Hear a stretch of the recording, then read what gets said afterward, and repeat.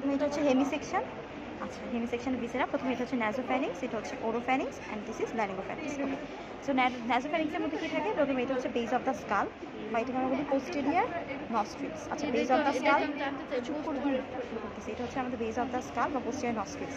এটা হচ্ছে আমাদের ন্যাজোফ্যারিংসের বাউন্ডারি। তো এখান থেকে শুরু হবে বেস অফ দ্য স্কাল থেকে আমাদের আপার part of the soft palate পর্যন্ত ন্যাজোফ্যারিংস। আচ্ছা, তারপর ওরোফ্যারিংস হচ্ছে আমাদের এই টোটাল মাউথটা, এখান থেকে lower border of the soft palate থেকে এটা হচ্ছে আমাদের এপিগ্লটিস পর্যন্ত আমাদের ওরোফ্যারিংস।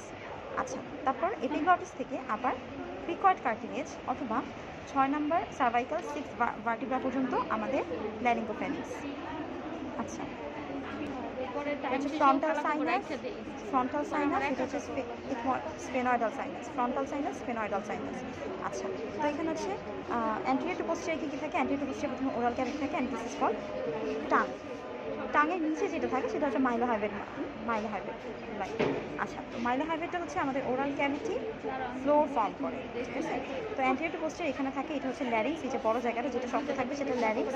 এটা হচ্ছে আমাদের ফ্যারিংস, এটা হচ্ছে ভার্টিব্রাল কলাম, এটা হচ্ছে স্পাইনাল ক্যানেলের কন্টেন্ট থাকে হচ্ছে স্পাইনাল কর্ড। আচ্ছা, এটা হচ্ছে আমাদের বেস অফ দ্য স্কাল, এটা বললাম। অ্যান্ড এখানে হচ্ছে আমাদের সেপ্টাম থাকে। এটাকে যদি আমরা একটু সরাই তাহলে এখানে আমরা 3 ধরনের কঙ্কা মিটাস দেখতে পাবো। প্রথমে হচ্ছে সুপেরিয়ার কঙ্কা, মিডল কঙ্কা, ইনফেরিয়ার কঙ্কা। এদের মাঝখানে সুপেরিয়ার মিটাস, মিডল মিটাস, ইনফেরিয়ার মিটাস।